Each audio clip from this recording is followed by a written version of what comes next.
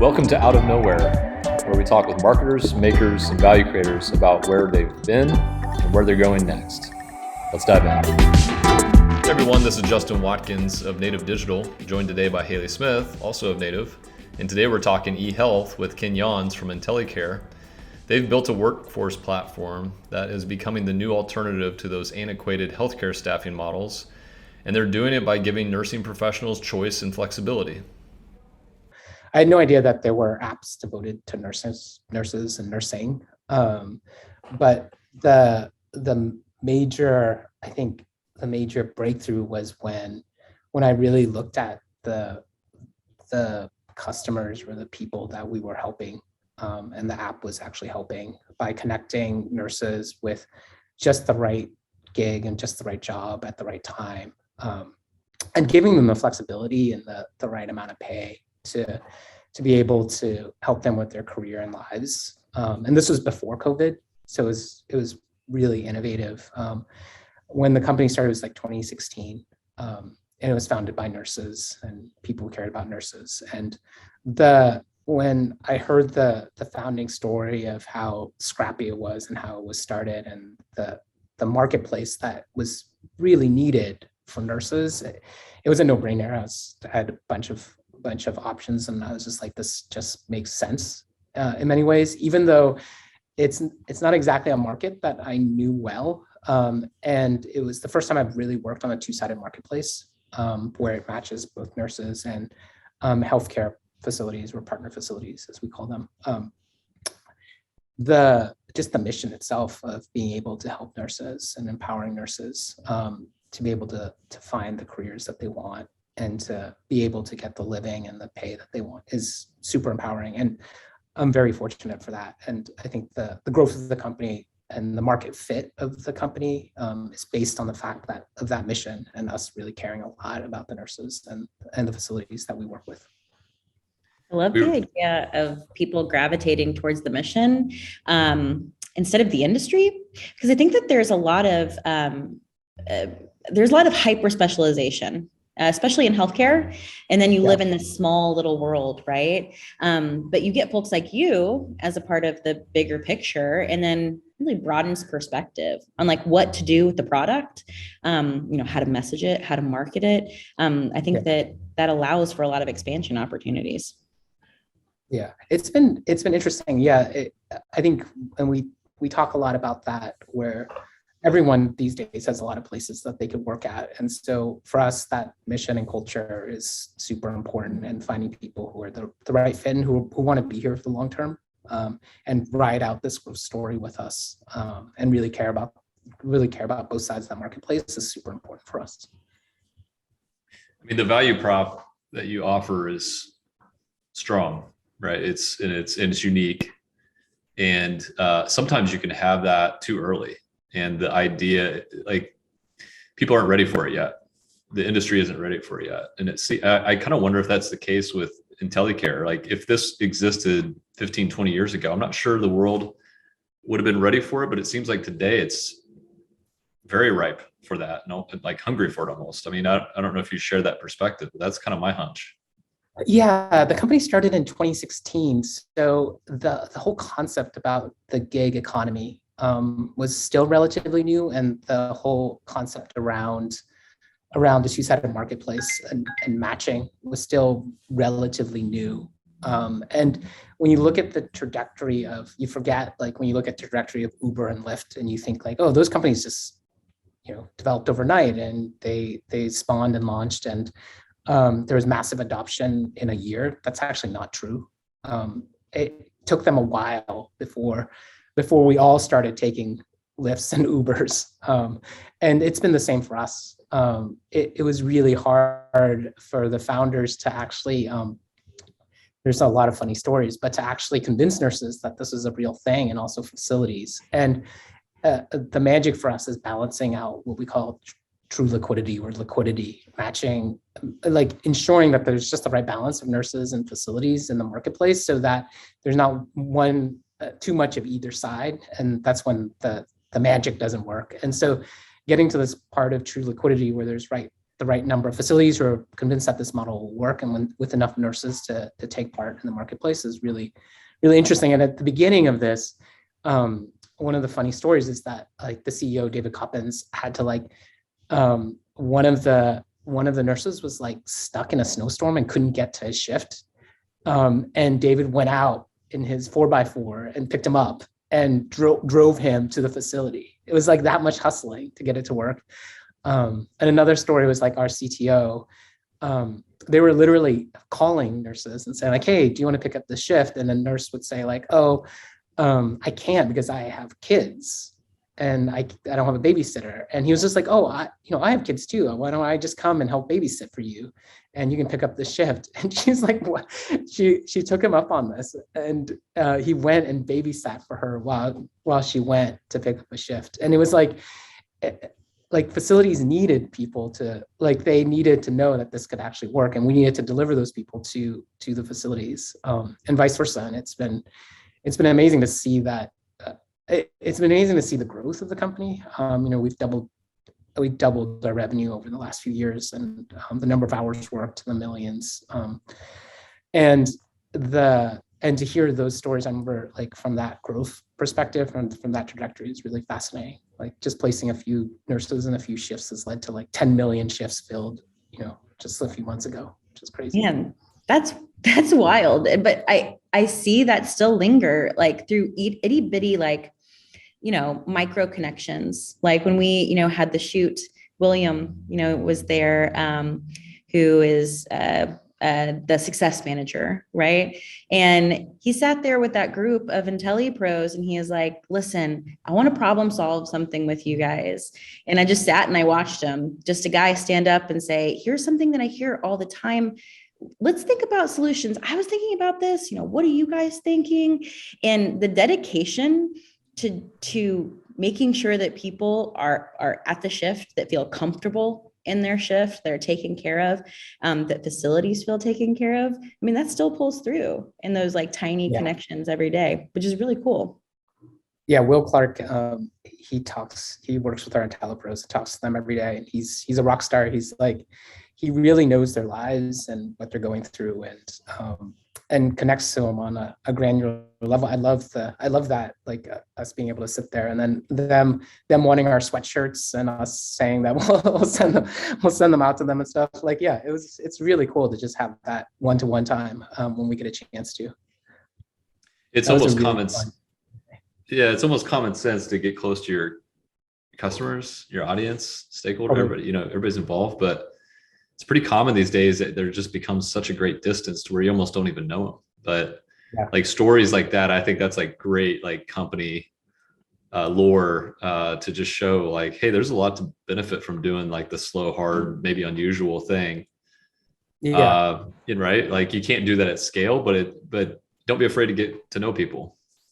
Yeah, it's interesting. It's like, I used to, I've had it so ingrained in me, this concept about scale, like for all of us, right? We hear that word and it's like religion, right? To talk about scale and to talk about how quickly you want to scale something and scale processes and systems. And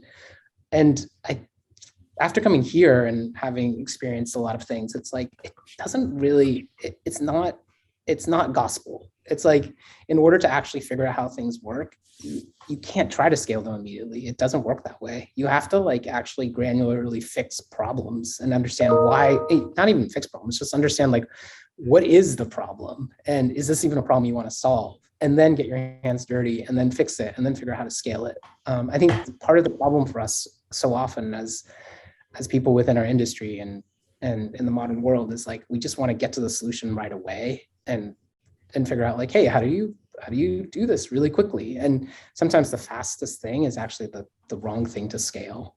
And it's been really hard to learn that. It's really, really hard to unlearn that, I guess.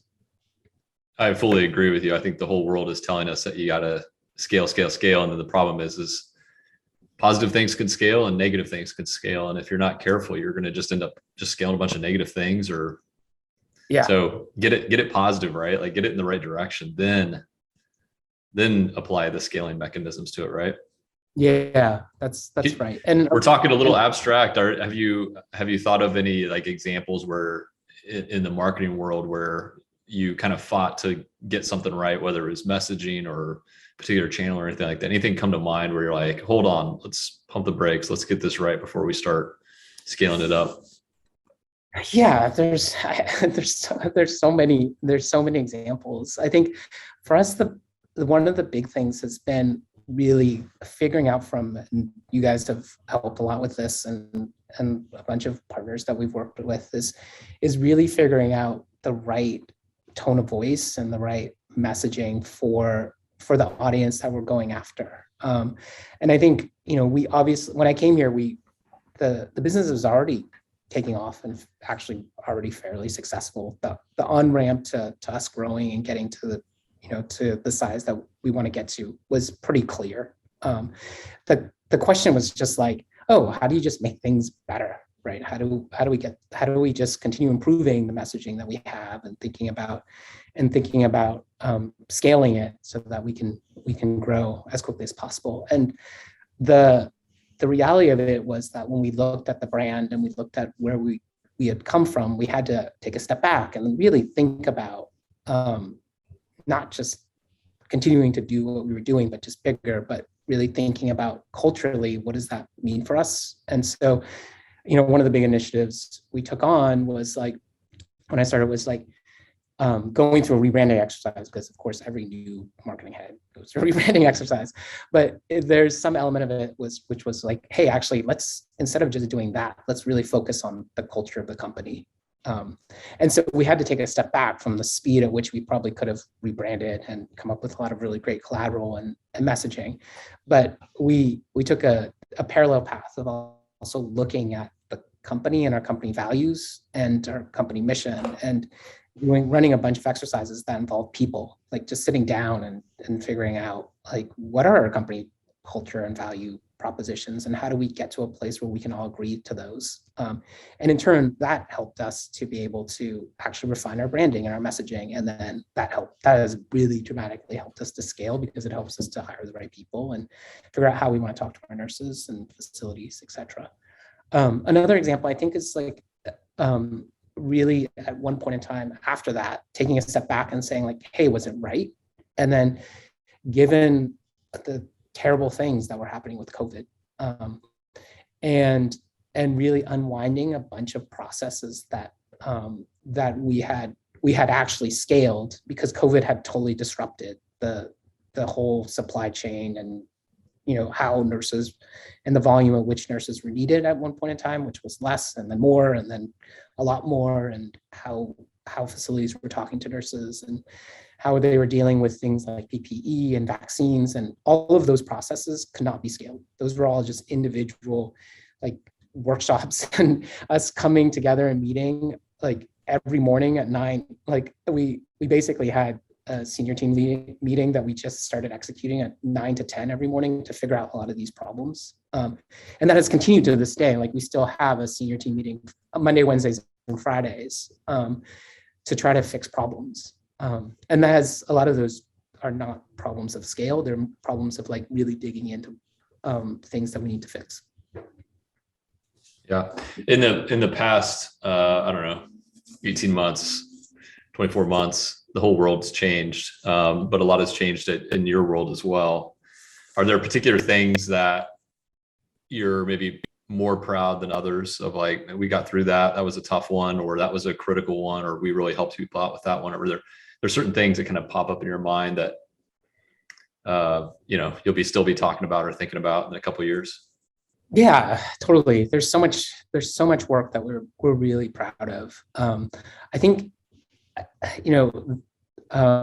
when COVID started, I think it was just really figuring out like the unknowns of the world of nursing during the time of COVID. And part of that was not just building like a kick-ass technology system to match nurses with facilities. It was about, actually, we need to figure out from a tech perspective how to make it so that they feel really secure when they get to the facility that they're going to work in. Like, how do we make sure that they know that the facility that they're going to work in has the right level of PPE, or that they need to be vaccinated at a certain rate, or that they need to be tested in a certain way.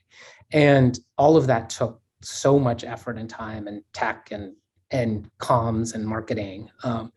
And it wasn't just for the outcome of hey, this is just building a really cool product. It was for the outcome of actually helping nurses being able to pick up shifts in a way that they felt really comfortable. And then facilities having confidence in the fact that the nurses were well prepared for that.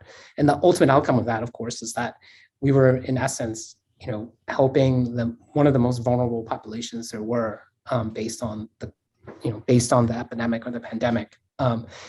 And a lot of the facilities that we work with are nursing homes and skilled nursing facilities, et cetera. And I feel really proud of the work that the team did during that time, and just the speed at which we launched a bunch of these things. And then getting all that to scale in such a way that is meaningful to the product and will be meaningful to the product in the long term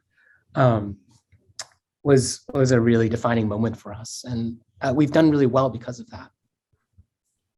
Yeah, I'm sure you're spending most of your time thinking about your brand and your role. There's plenty to think about, but do you ever step back and just think about eHealth in general and where the kind of on a macro level on how the industry is changing? Or maybe do you see other maybe sort of like-minded brands popping up who are solving a slightly different problem, but are maybe complementary to what you're doing? Or do you have enough time in your day to kind of ponder those things? Yeah, I think the biggest industry trend for us as we look towards a post-COVID world, or what we've learned from the COVID world, is that the gig economy model in healthcare staffing works.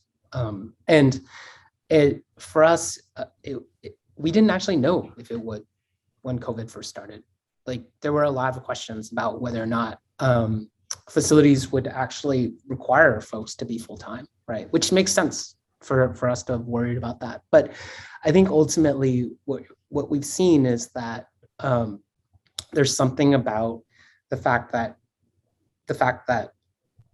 staffing, full-time staffing and gig staffing can work hand in hand to ensure the right value proposition and the right level of care for patients. The model that we're helping facilities with actually help their long-term staff so that they're not burnt out when they need to take time off.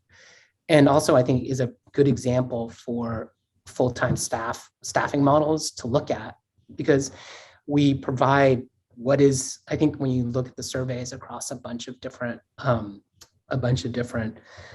research that's come out, it's like the one thing that people want is flexibility, right? And whether you're full-time, part-time, et cetera, just having control of your life, especially during this period when it was really difficult. And as we're coming out of that, people recognize that flexibility is actually huge. Also, the right level of pay, I think, for nurses is super important. I think we're just beginning to recognize, I think, what is essential, non-essential healthcare or staffing, and all, like, there's just a big realignment around pay, flexibility, hopefully what will be, more prioritization of the people who matter the most in our staffing and our workforce.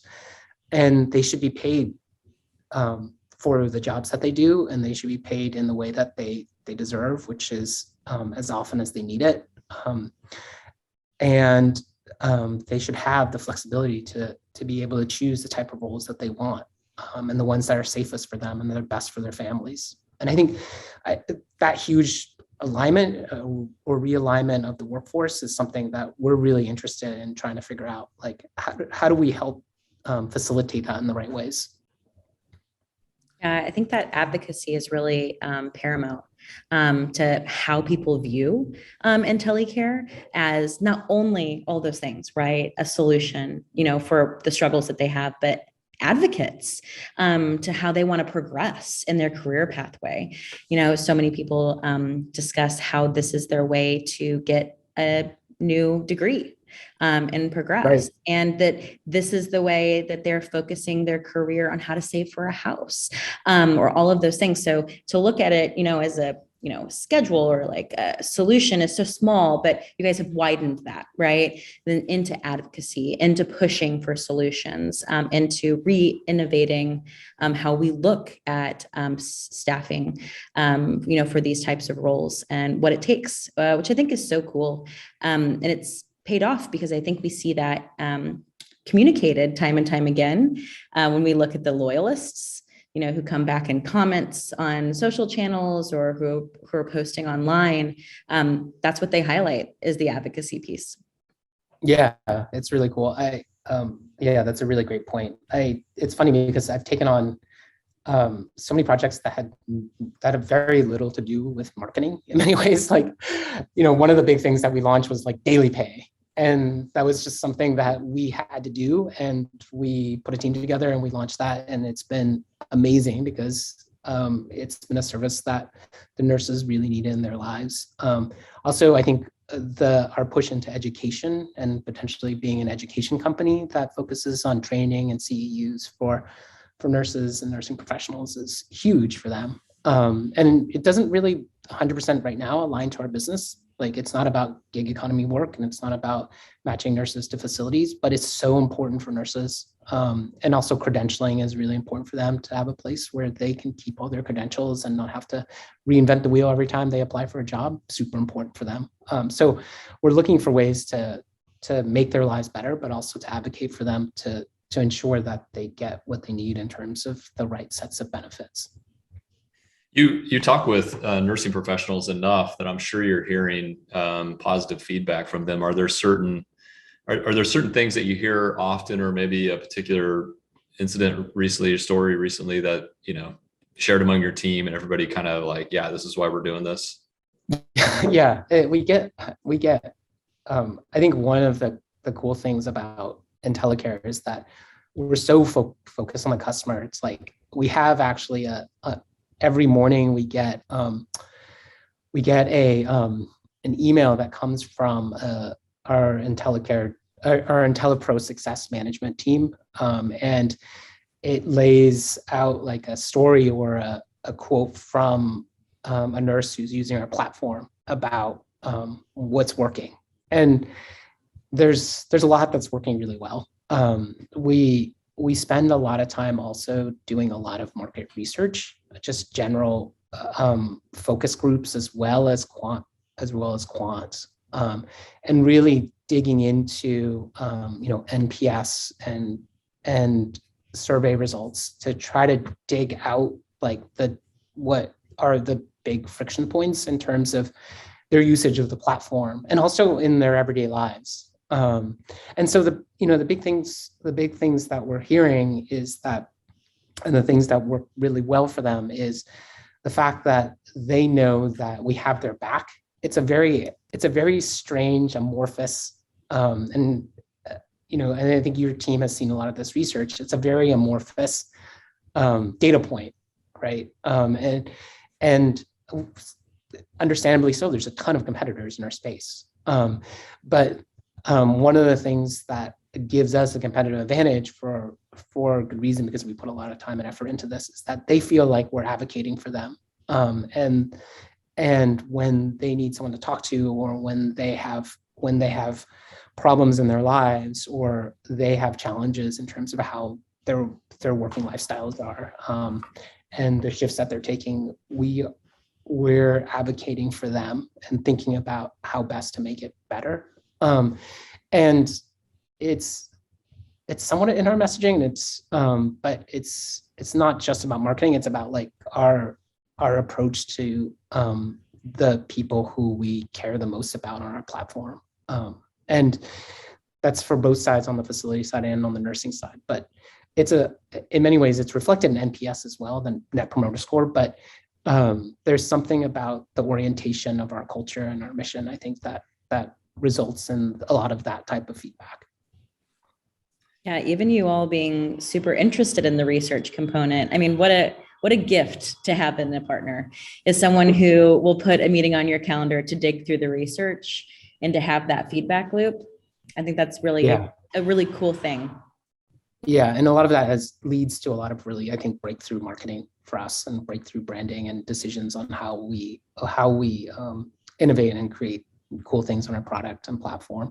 And I think the other thing is just like we do a lot of things that have very little net ROI and are actually huge expenditures. And sometimes you can question like, whoa, what?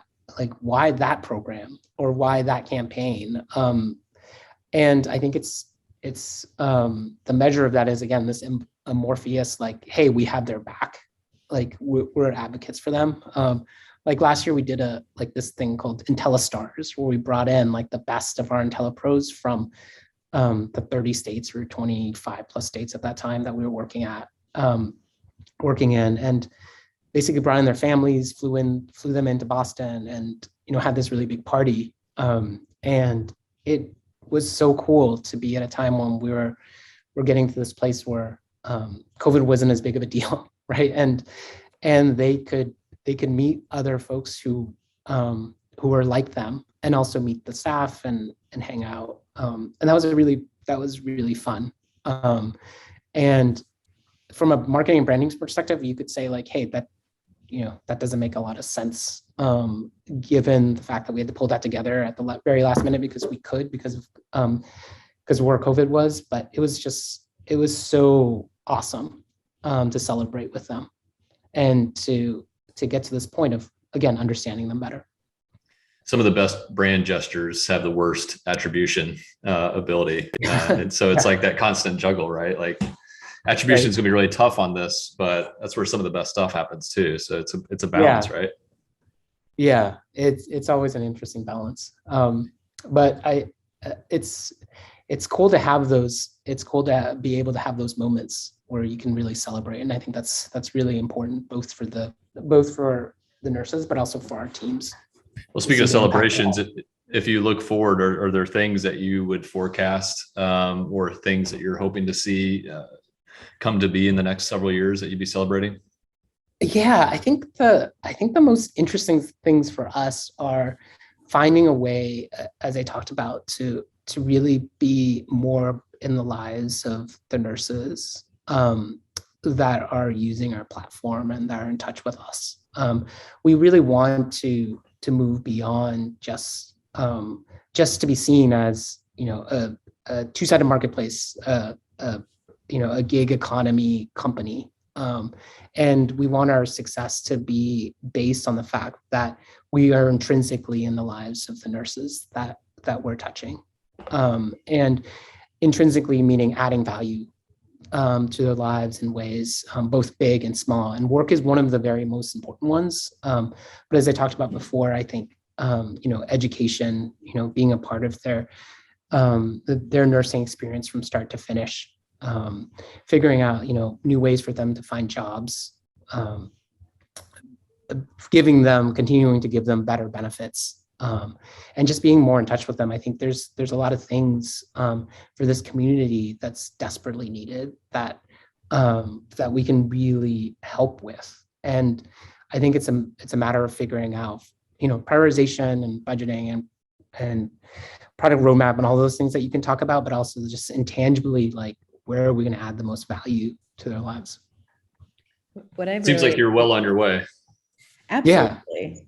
What I've always really appreciated too, Ken, from your team is the lean towards optimism, right? Because it's so easy when you have these challenges to lean towards, the dark side of that, and to dig in. And I feel like Intelycare overall as a brand, as a, solution, has really leaned towards that optimistic view of what can be there, the change that can happen, for nurses, for patients, for the future. It's been really cool to watch.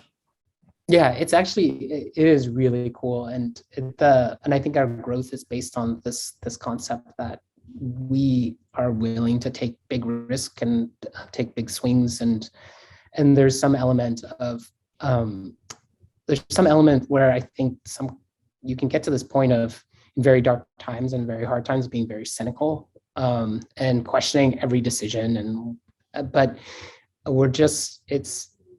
there's also the opposite of that, which is like, hey, let's just experiment and test. And if we fail at a bunch of things, we do. And we definitely have failed at a bunch of things.